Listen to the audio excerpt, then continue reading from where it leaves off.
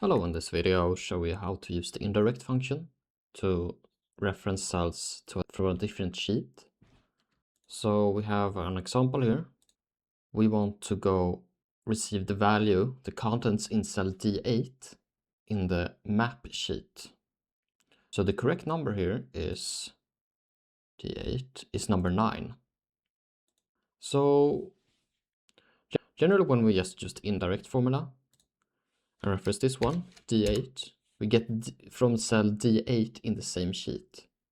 So in order to get it from a different sheet, D8 in map sheet, we can simply type map, don't forget the quotations, and cell here. And then we get the number. Now, if you don't want to manually type hard-code a value here, and you want to reference this cell here, when getting the name, then you can simply retype and have single quotations here, use an and, reference this cell here, use another and, quotations there, and an ampersand, and you get 9.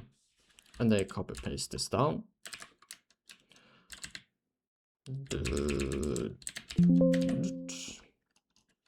Oh, forgot to lock the cell here. Lock this one. Nice. Control down.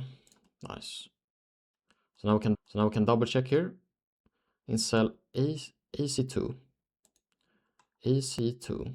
What's that? 7. And it's 7. Okay, so that's how you use indirect when you want to reference to another worksheet. Don't forget to like, comment, and subscribe for more.